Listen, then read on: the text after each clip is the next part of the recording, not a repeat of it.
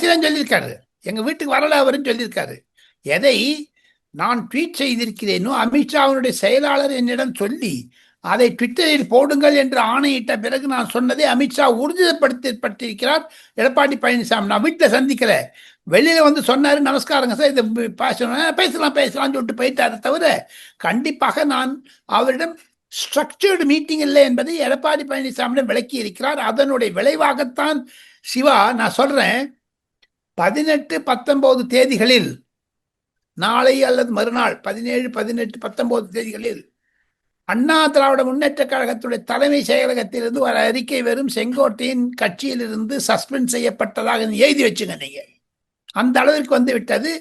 அதிமுக உட்கட்சி பிரச்சனையில் பாஜக தலையிடாது என்ற உத்தரவாதத்தை எடப்பாடி பழனிசாமியிடம் அமித்ஷா கூறியிருக்கிறார். அதே மாதிரி எடப்பாடி பழனிசாமி கேட்டிருக்காரு, உங்க கட்சியில் நாங்க தலையிடுறோமா? நாங்க பேசுறதே கிடையாது, எங்க கட்சியில இருந்து தலையிடுற, நீங்க விட்டுருங்க,